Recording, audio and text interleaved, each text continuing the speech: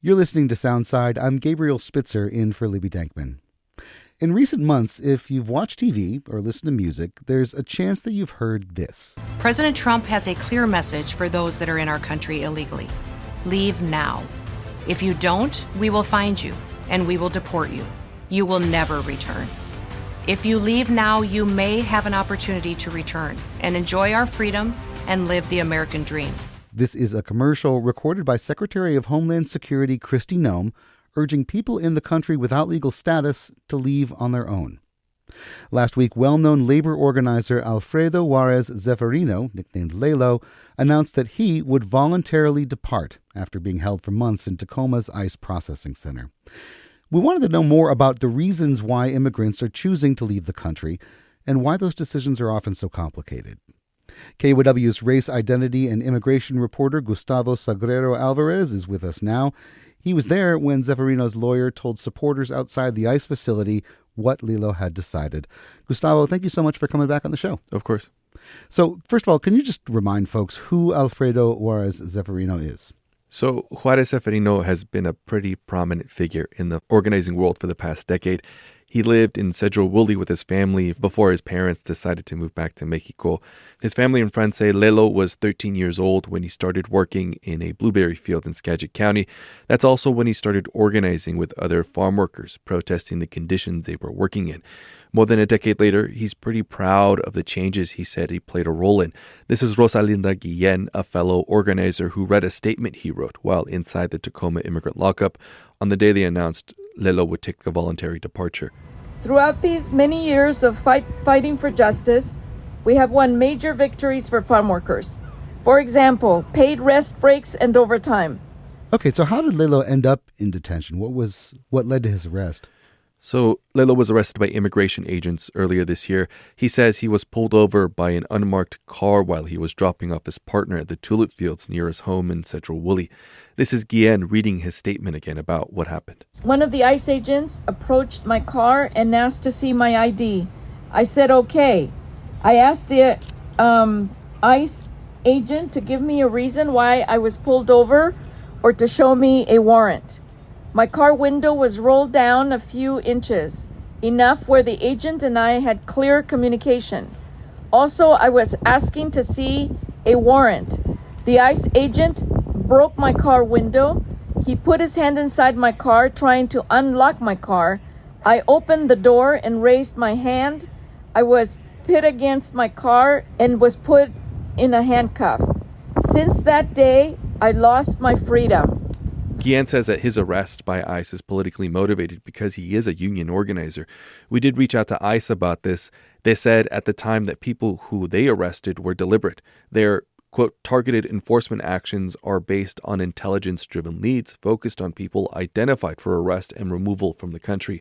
And Lelo was a public figure in his organizing work. Well, you had mentioned that he had a deportation order from 2018. I understand that both Lelo and his parents say they weren't even notified of that order. How could that be possible? So this is a little speculative, but it's not uncommon for people to get immigration documents sent to the wrong address. Either a person navigating the immigration system, their attorney, or a person working for ICE or USCIS could misspell something.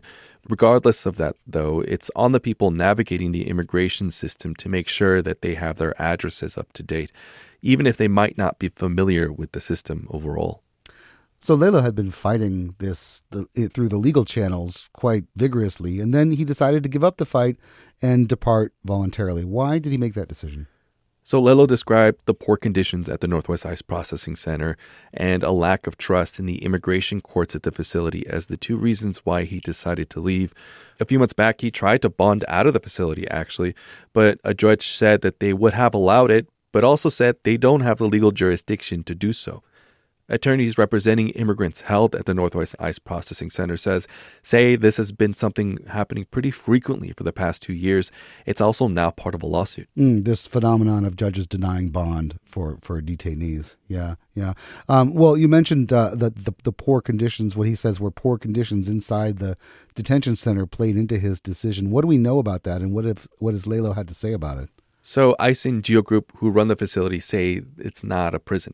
But some legislators have toured the facility and have described that there's no material difference between the conditions at the facility and the prisons that they've also toured.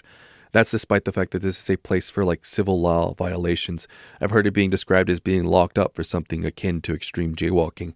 In past years, there's a lot of complaints about the sanitary conditions, especially in and around the toiletries, but there's also other complaints. Here's Guillen reading from Lelo's statement again. Now I am in this terrible place. The condition is really bad. The food is bad. Sometimes we get our third meal of the day the morning of the next day. We all know that the immigration system needs a lot of work. Now that I am here, I have seen just how bad things are. I have been hoping to get justice. So far, I have gotten zero justice. So, Gustavo, what is the difference between voluntary departure, which is what Lelo is doing, and what they're calling self-deportation? Self-deportation is when someone decides to leave the U.S. of their own volition without having the law forcing the move. Voluntary departure in Lelo's circumstance is someone who is in immigration court proceedings that includes people in detention and decide to just throw in the towel. Typically, that also helps their case if they want to return to the U.S. via other legal means. All right, so you were there with Lelo's family and friends in Tacoma when they got this news. What did they say about his decision to depart voluntarily? I spoke with his younger sister and brother. They've been among the many families coming and going from the facility. It's a mixed bag for them. They're happy that he's able to leave the immigrant lockup and be with his parents back in Mexico, but they're sad that he's not leaving back to his home and community he's built in Sagrero Woolley. Well, so what happens next? What's in the future for Lelo and for his family? Lelo's back in Mexico now, so if he wanted to, his siblings could apply for him to get a visa because they are U.S. citizens. He could also try a temporary worker visa. Because of his voluntary departure, like I mentioned earlier, there's no real bar for him to apply for legal status in the U.S. Well, KUOW Race, Identity, and Immigration reporter Gustavo Sagrero Álvarez, thank you so much for keeping us up to date on this story and for being back on the show. Sure thing. Thanks for listening to Soundside. And hey, this show is only possible because listeners support us. If you are able to give right now, check out the show notes for a link to donate. And don't forget, you can listen live on KUOW 94.9 FM Seattle at noon and 8 p.m., Monday through Thursday, or anytime online at KUOW.org.